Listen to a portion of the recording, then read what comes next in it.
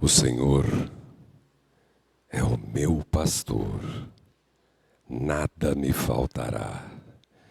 Deitar-me faz em verdes pastos, guia-me mansamente a águas tranquilas.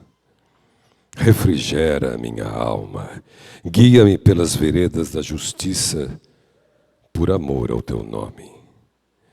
Ainda que eu andasse pelo vale da sombra da morte, não temeria mal algum, porque tu estás comigo. A tua vara e o teu cajado me consolam. Preparas uma mesa perante mim, na presença dos meus inimigos. Unges a minha cabeça com óleo, o meu cálice transborda. Certamente que a bondade e a misericórdia me seguirão todos os dias da minha vida, e habitarei na casa do Senhor para todo o sempre. Amém. O empresário que tem um pequeno negócio aqui na cidade resolveu, um belo dia, iniciar esse projeto. E nós vamos agora conhecer algumas peculiaridades desse projeto. Eu gostaria que viesse aqui à frente o irmão Marcos Camilo. Por favor, a saudação ao irmão Marcos. Tudo bem, Marcos? Tudo bem, Sérgio? Como é você agora, perante a sua igreja, e falando para o Brasil e para o mundo, a oportunidade de contar um pouco da história desse projeto que nasceu no seu coração? Como ele nasceu? Uma boa noite a todos. Eu fiz um voto a Deus a partir de uma experiência que eu tive com o Eclair Cruz. Foi primeiro tenor do quarteto Arautos do Rei, um quarteto que desde a minha infância está no meu coração.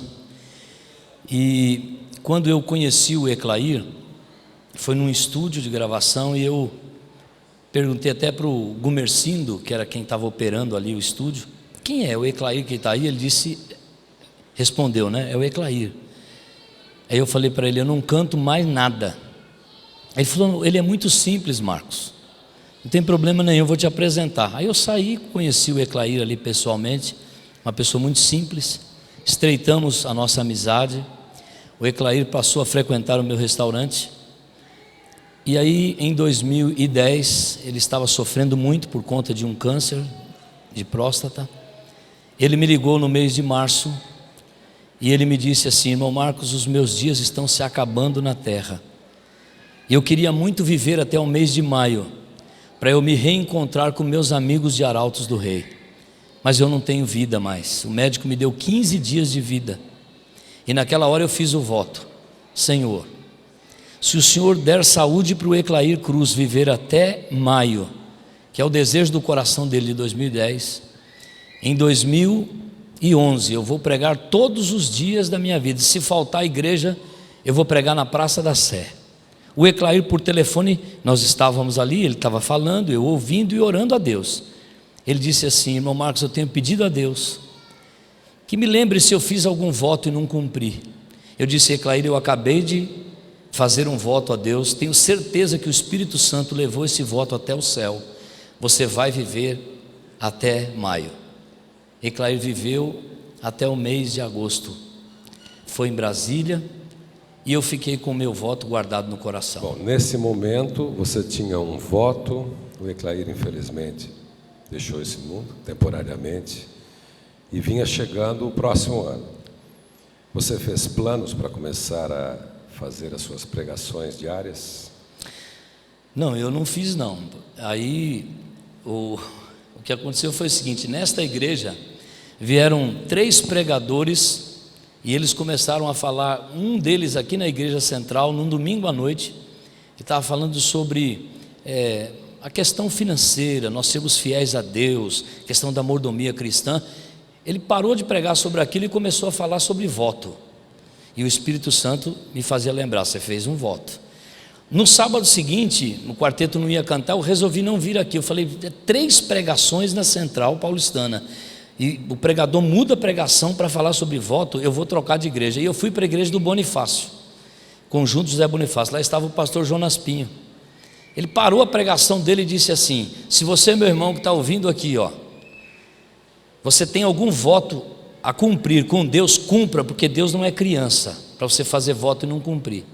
Ali eu abaixei a cabeça, fiz uma oração e tomei a decisão de cumprir meu voto. Deus foi te buscar através dos pregadores. É verdade. E como é que foi então essa experiência? Como é que você começou a desenvolver as suas pregações? Foi algo ordenado? Você pedia orientação de algum pastor? Você chegava na igreja na cara de pau? Como é que isso se dava? Então, eu canto num quarteto, no Ministério Jazz. As igrejas ligavam para marcar com o quarteto. Eu comecei a oferecer semana de oração. Quer semana de oração? Não, irmão, eu queria o quarteto para cantar. Eu falei, então no quarteto não vai. Só vai se ter semana de oração. E aí eu comecei a fazer a agenda, né? Quando a igreja, não quero a semana de oração. Eu falei, então o quarteto também não vai. E aí agendei 52 semanas de oração. Muito bem. Em algum momento nessa experiência, você tinha claramente dentro do seu voto, algum anseio de batismo? Você tinha algum alvo? Ou apenas era pregar e simplesmente ir para as igrejas e deixar que Deus operasse nos membros da igreja? Não tinha o propósito de batismo, não. Eu estava pregando, fazendo semana de oração. Fiz a semana aqui na Central Paulistana em janeiro de 2011 e fui fazendo semana de oração. Só que em abril eu não me aguentava mais, né? Abril de 2011. Aí eu liguei para o meu irmão que é pastor e falei, cara, eu não tenho motivação mais. Ele falou, você quer motivação, Marco? Motivação é batismo. Eu falei, mano, eu não sou pastor, eu vou pregar numa igreja, fazer semana de oração, como é que vai ter batismo? E ele me disse assim, ex-adventistas. Aqui o Espírito Santo, ele começa a mostrar o projeto Roupão, ele começa a acontecer aí, né? Agora, antes de você começar a pensar em batismos, você chegou a ficar algum dia desesperado por pregar? Faltou igreja em algum momento? Aconteceu sim, eu tinha marcado a igreja com a igreja do Bela Vista. E aí o ancião me ligou na sexta-feira e falou, olha irmão, a programação foi cancelada amanhã. Foi cancelado o programa. Eu não tinha tempo para agendar com a igreja que estava lá numa pré-agenda, né? E aí naquele momento, eu falei com Deus assim, mas Senhor, onde eu vou pregar amanhã? E me lembrei de um irmão da igreja do Jardim Vila Ani, que é em Itaquaquecetuba. Ele me disse assim, qualquer igreja que furar, você pode vir para cá que você vai pregar. Eu peguei o carro de manhã e fui para o Vila Ani, é um grupinho. Peguei a Ayrton Senna, cheguei lá no grupinho. Quando eu estacionei o carro na frente do grupinho da igreja, o irmão estava na porta. Irmão Marcos, a programação furou. Eu falei, furou, eu vim aqui para pregar. Ele disse assim, espera aí um pouquinho. Saiu lá e foi conversar com alguém. E eu escutei uma discussão, pessoas falando alto, né? Aí eu saí do carro, entrei no corredor. O irmão que havia convidado a irmã para pregar naquele sábado, não, mas como é que vem pregar aí na igreja aí? Não, quem vai pregar é a irmã que eu trouxe aqui. Aí eu falei para o irmão, o irmão quer que eu pregue, eu quero pregar, mas não é aqui que eu vou pregar. Então fica tranquilo, a igreja é organizada, Deus vai arrumar um lugar para eu pregar, né? E que lugar foi esse? Irmão, eu saí do Vilani, o Espírito Santo colocou Cumbica, fui para a igreja de Cumbica, escutei um conjunto cantando. Eu falei, se tem conjunto cantando, tem pregador. Eu não desci, não tive coragem. Saí dali da igreja, uma placa Bom Sucesso. Lembrei da igreja do Bom Sucesso em Guarulhos. E esta igreja fica atrás do cemitério. Aí o que eu fiz? Passei na frente do cemitério, subi aquela rua. Quando eu cheguei na frente da igreja, eu estava com a minha orelha pegando fogo de vergonha. Falei, meu Deus do céu, a nossa igreja é tão organizada, tem os pregadores, eu estou saindo pedindo para pregar. Senhor, que vergonha. Não tive coragem. Dei a volta no cemitério. Quando eu dei a volta no cemitério, na frente do cemitério, o Espírito Santo no meu coração. Marco, entra no cemitério. Eu falei, mas aí só tem morto. O Espírito Santo, não, tem vivo também. Meu Deus do céu, vou entrar dentro do cemitério para pregar. Eu estou ali conversando no meu coração com o Espírito Santo de Deus. Decidi, peguei a minha pasta, a Bíblia, botei na alça ali, levantei a pasta e saí mostrando para todo mundo no cemitério que eu estava com a Bíblia, paletó, gravata. 3 salas de velório. Cheguei na frente da primeira sala, lotado de gente lá, e com a pasta assim, quase mostrando a Bíblia, né? O povo vê que eu estava ali, né? A esposa do falecido, o senhor Roberto, quando ela viu paletó, gravata, Bíblia, pasta, ela veio em minha direção. O senhor que é o pastor que veio pregar para nós? Eu falei, eu não sou pastor não, mas eu prego, filha, quer que eu prego? Ela falou, pode vir pregar. Aí eu fui lá e falei, vamos pregar. E eu com medo do pastor chegar logo, eu rapidinho já catei a Bíblia, já abri a Bíblia e comecei a pregar. Aí eu já diminuí, porque eu falei, se ele chegar agora eu estou pregando, eu não paro, né? E assim foi também nos outros velórios. Então foi. Você pregou para muita gente no cemitério aquele dia. Terminei naquele, o velório seguinte, quando eu terminei de pregar, distribuí DVD, o velório seguinte, pastor, prega para nós também. Eu falei, estou aqui para isso. Fui pregar no outro, na outra sala. E saí daquele velório e sobrou 8 DVDs da Família Restaurada. Eu falei, não, agora eu quero é pregar mais. Aí eu saí, quando eu entrei, eu fui entrando assim no cemitério, eu vi lá uma senhora com a criança. Eu cheguei e falei, moça, eu posso cantar para a senhora? Ela falou, o senhor sabe cantar? Eu falei, sei pregar também. Posso? Ela falou, pode. Aí cantei um hino, preguei o evangelho para eles ali, distribuí o DVD. Eu sei que, Sérgio, das 10h20 da manhã às 3h15 da tarde, às 15h15, eu preguei 10 sermões dentro do cemitério do Bom Sucesso. Muito bom. Agora, você sentiu que esse não era o método que Deus estava buscando através do seu coração e dos seus talentos. Você então repensou, depois de falar com seu irmão, uma metodologia para buscar aqueles nossos queridos que eventualmente por algum motivo tinham saído da igreja. Como é que foi essa mudança e a partir de lá o que mudou também nos resultados das suas pregações? Então aí nós chegamos numa igreja, aquela questão de ex-adventistas, né? Eu resolvi visitar ex-adventistas. Aí quando chegamos ali na igreja do Independência 2, uma igreja do distrito, estava lá um armário aberto, roupão de batismo. E aí a decisão foi de levar aqueles roupões.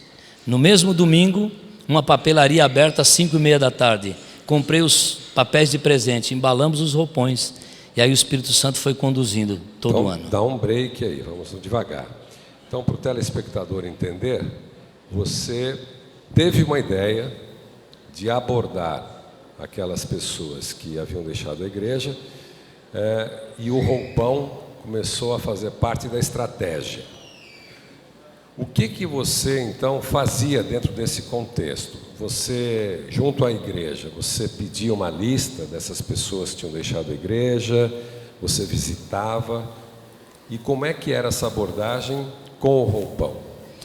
Então, aí eu pedia para o irmão que me convidava, né? Alguns que visitaram comigo estão aqui nesta noite.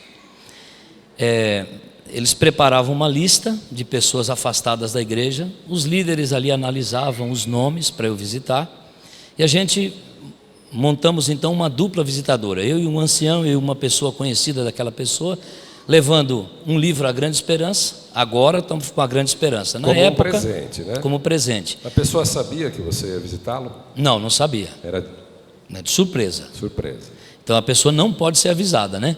Então eu levava um DVD do pastor Luiz Gonçalves, Grande Conflito, na maioria das vezes, né? Esse aqui é um presente. Conhece o pastor Luiz? Conheço. Então eu entregava o DVD do pastor Luiz. A maioria ali recebia bem? Recebia bem, aceitava o presente. E o presente, que é o roupão, ele sempre ficava e fica do meu lado. Este presente aqui vai ser no final da visita. A senhora vai receber, vai abrir esse presente, que é um presente da Igreja Adventista do Sétimo Dia para a senhora, para o senhor, né? Perfeito. Você fazia alguma mensagem, um sermonete, falava alguma coisa da Bíblia? Como era a sua abordagem? Um verso da Bíblia, Gênesis 19, verso 17. Não olhes para trás, não te detenha, foge para a montanha. E aí, ao final da sua conversa, você fazia o que com o segundo presente, o roupão? Aqui está o presente da Igreja Adventista do Sétimo Dia. A igreja me incumbiu de te dar esse presente, irmão. Abra em nome de Jesus. Quando o irmão abria aquele presente, aí aquele silêncio ali naquele momento, a pessoa vê que é um roupão de batismo. Aquilo passa um filme dela, imagino eu, né? O tempo de igreja, as pessoas da igreja. e o Espírito Santo trabalhando no coração, a pessoa tem um momento de emoção, ao mesmo tempo a razão, e é nesse momento que eu puxo a ficha batismal e eu digo a ela: eu vim aqui preencher a tua ficha, e o teu batismo é hoje à noite. E normalmente o bom da semana do roupão é quando o tanque está cheio toda a semana de oração, e o pastor está preparado para batizar durante todas as noites. Obviamente que para você fazer o batismo de uma pessoa nessas condições era porque o motivo era abandono normalmente, né? Então você já tinha reverificado com o pastor a possibilidade de ele batizar, não é isso? Isso mesmo. Então era uma lista já depurada. E que percentual de cada 10 pessoas que se abordavam, quantas tomavam a decisão de se batizar? O percentual continua desde a primeira semana do roupão, que foi em abril. O percentual é 60%. Cada 10 visitas, 6 pessoas voltam para a igreja. E se batizam. Se batizam. Agora, uma preocupação que a igreja tem é que, às vezes, pela emoção, a pessoa até vai, se rebatiza. A pergunta que fica no ar: quantos que você batizou deixaram a igreja depois desse momento? Bom, eu comecei em abril do ano passado, nós estamos em novembro de 2012, né?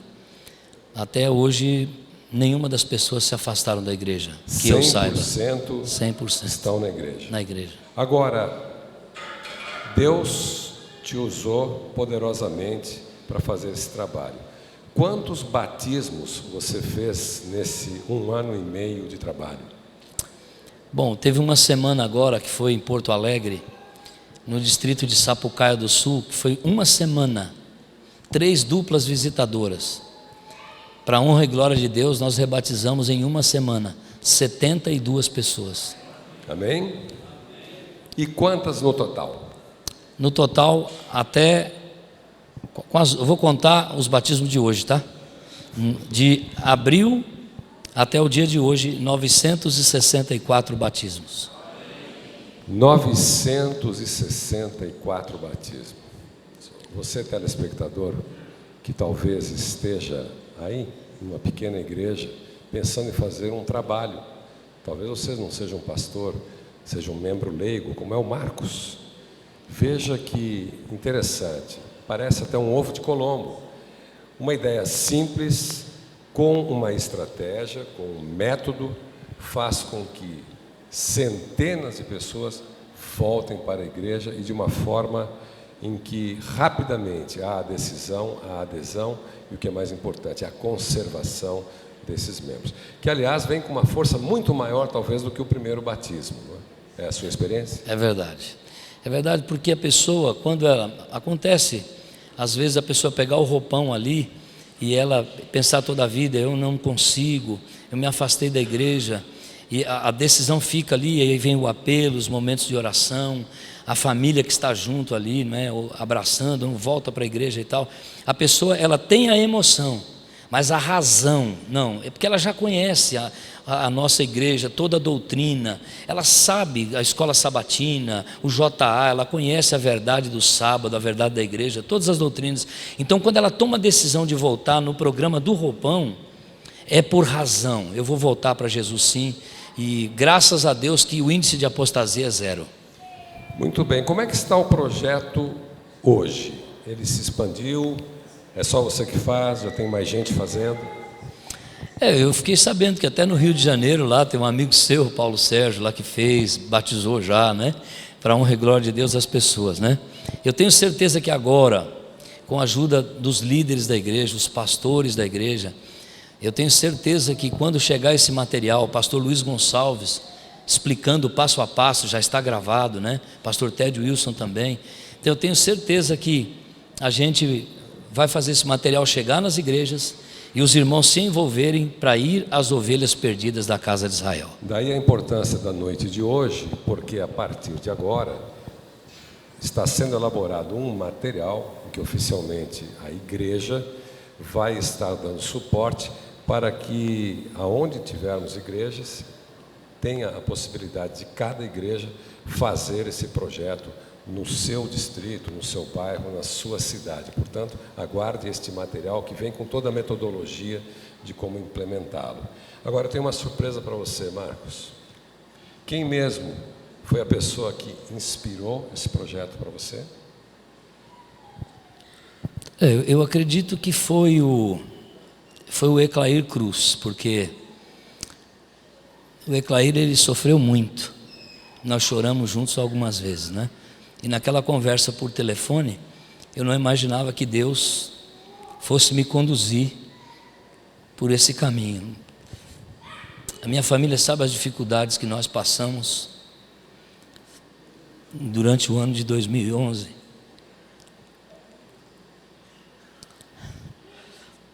E eu sei que quando Jesus voltar, eu vou abraçar ele e vou falar para ele: olha, Eclair,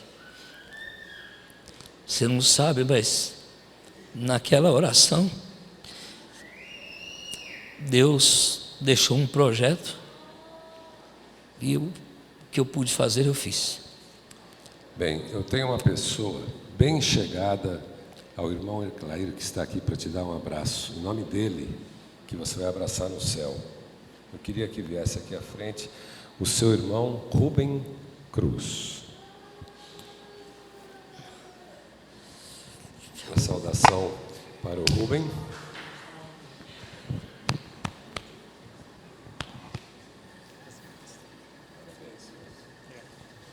Ficamos muito felizes com a sua presença. Eu queria fazer uma pergunta para você. Vem cá. Esse é um momento emotivo. Como é que você se sente em saber que o teu irmão, que tinha o dom de bem cantar, fez parte do Quarteto Arautos do Rei por muitos anos, uma pessoa dedicada à igreja, foi a inspiração, e hoje você está representando o seu irmão ao lado deste jovem homem aqui, o Marcos, que apenas no início de trabalho está alcançando quase 1000 almas para Cristo. Boa noite. Eu fico maravilhado porque esta corrente do evangelismo começou quando Jesus deu a vida por todos nós. A cada momento, a cada período, a cada situação, Jesus tem um elo para usar, para ganhar almas. Ele usou o Eclair numa época, está usando o irmão Marcos, está usando os evangelistas que de alguma forma estão fazendo o trabalho para que Jesus venha logo. Nós estamos contentes porque esse trabalho não começou justamente com o descanso do Eclair, mas começou quando Jesus deu a vida por nós. Hoje nós estamos contentes porque nunca, jamais esteve tão perto quanto agora. E nós estamos contentes porque agora nós podemos ver o sucesso, como os anjos trabalham aqui na terra, e o trabalho de Jesus avança a cada passo com sucesso, para que nós possamos ver Jesus voltar em breve.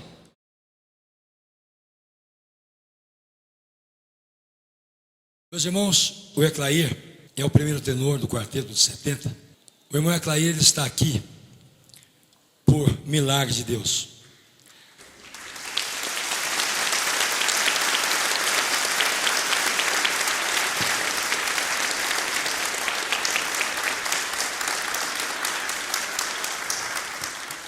A ordem médica é o seguinte: 7 minutos em pé e no mínimo 15 sentado.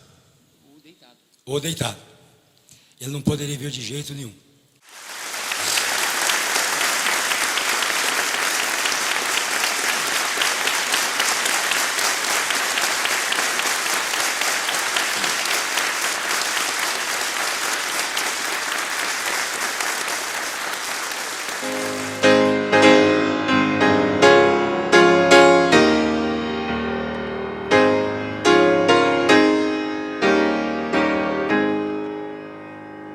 Say